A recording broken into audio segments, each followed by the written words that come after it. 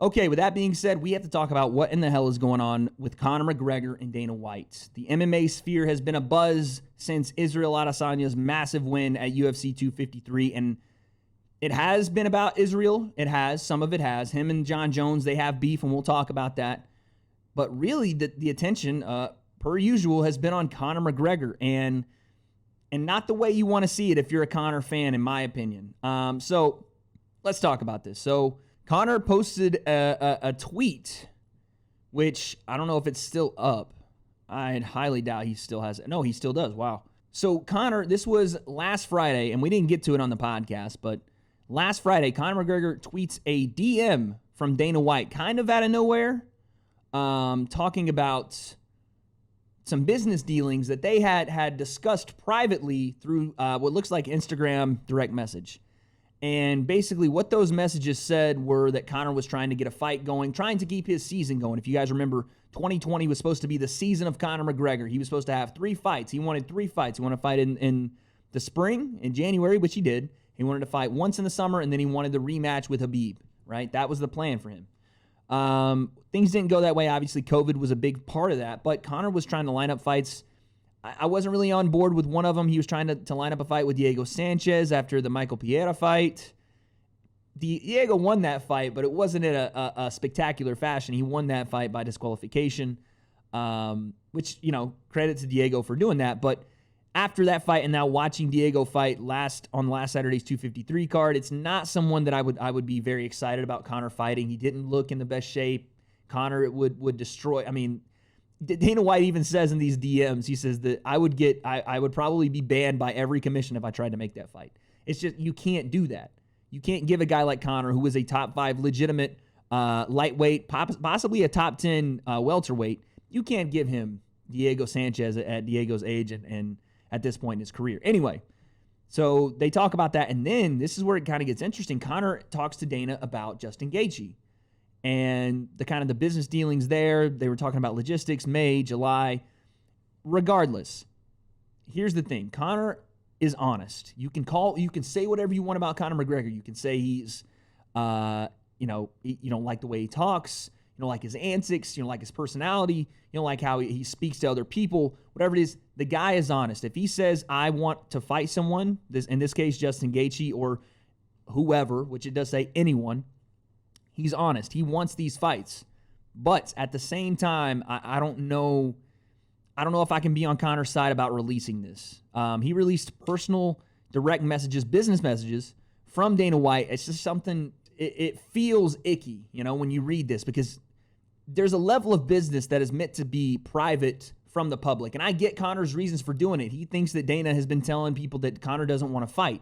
So Conor releases the DM saying, look, I do want to fight. But that's a hard thing, man. That you don't messing with DMs, especially with the vice president of the company that is promoting your fights and getting on his bad side. It's not something you want to do, 1, business-wise, and 2, these guys, for the most part, have had a pretty good relationship over the years, right?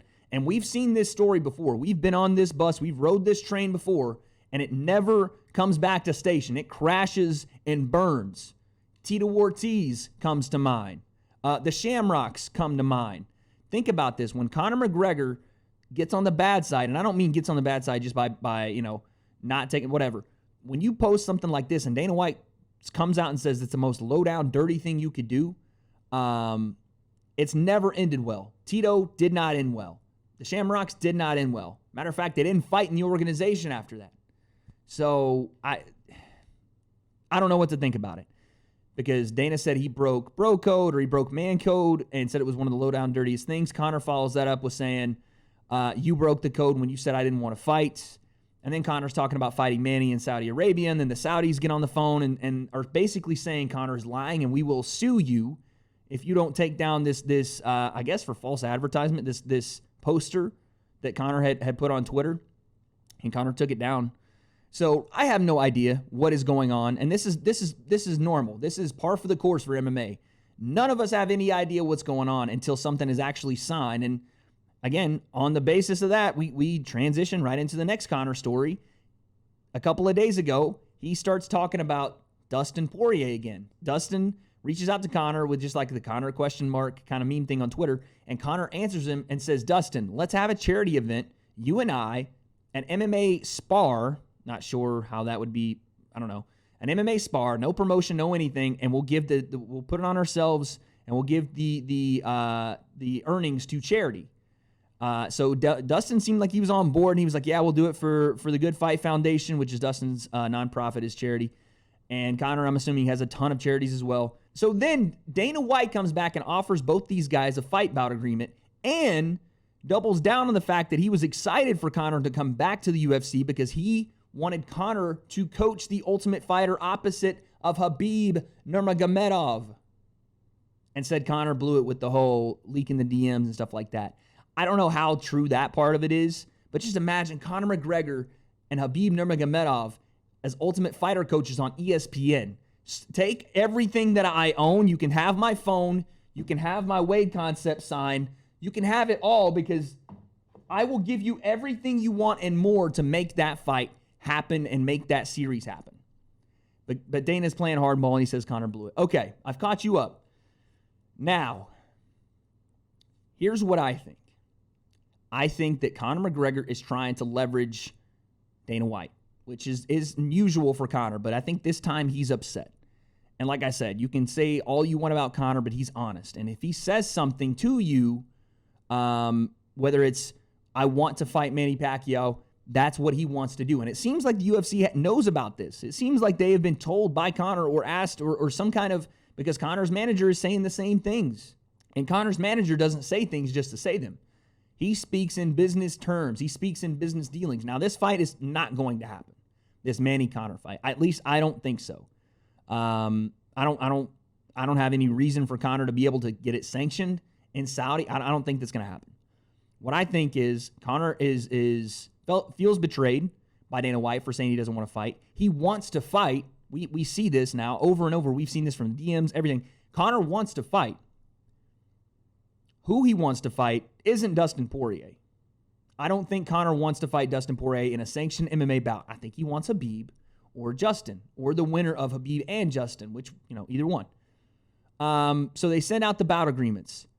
Now, Dana is doing this to cover his bases. In other words, I think that Dana White has sent both bout agreements to these guys to call Conor's bluff, to say, okay, you want to fight Dustin, you're setting up a charity event, we'll host it. Here's contract agreements, or here's bout agreements. Sign the contract, you want to fight Dustin, we'll get it going. That's Dana calling Conor's bluff. And listen, it's a good move by the UFC. It's a great move because it puts them in the standing to say, listen, here, look, we gave him a bout agreement. He said he wanted to fight. We gave him an offer. Here it was. But this is grandstanding. This is exactly what it is. It's grandstanding from both sides. And I get Conor's frustration with the fact that the UFC wouldn't book him against anyone. And they had opportunities that the UFC kind of wanted to put him on the back burner for the Khabib and Justin winner, right? They wanted him not to fight and make that rematch with Khabib, should Khabib come out of there on top, or make the fight with Justin and do big numbers. Well, Conor's saying, listen, that's great and everything. Just let me fight in between. And the UFC didn't allow that. They want to keep him on the back burner, hold him, make sure his record stays intact.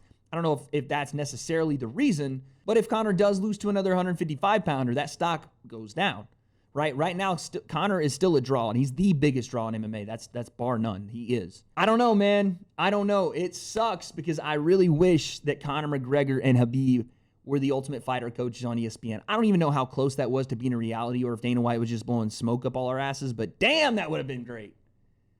Man, I listen, like I said, take everything I have. I will watch that. That would be amazing. But this will be interesting to see how this plays out, Conor and Dana going at it. Like I said, this has never ended well, and I don't want to see this go down that path where Dana and Conor just split like a fork in the road, and they leave so much money on the table. They both have to be smart enough to understand there's money on the table to be made. Conor is still somewhat in his prime, and he's still dangerous. He still could beat anybody on the planet on a given night. That's true. Whether you like him or not, the guy is dangerous. So there's still money to be made. There's still business to be had, and still some dream fights out there. Dustin is one of them. I would love to see this matchup. I'm not going to... They make this thing official. Listen, you got no gripes from me. I'm tuning in 100%. And that's not just for Conor. I'd love to see how the talents... Because these guys have fought before. Conor won first round KO. But I'd love to see if the talent gap has dwindled, because Dustin has been through it, man, and he's established himself. He's a champion now. These are two former champions going at it. So we'll see what happens. It's been a crazy week in MMA, but listen, in 2020, when's there not been a crazy week? And especially in MMA. It literally, you fly by the seat of your pants. All this stuff happens. We don't know what's coming. I don't know what's coming down the line. We just got to wait and see. And we definitely will see. So that is my MMA segment for this week. Conor McGregor, Dana White going at it. Sparring. Punch for punch. Right now, Dana with the nasty counter right saying, listen, here's the bout agreements. Dustin accepted, Conor. Where you at? Ball's in Conor's court. We'll see what he does with it. I have a feeling this is going to play out a lot longer and into next year before anything really happens, unfortunately. But that's what I think.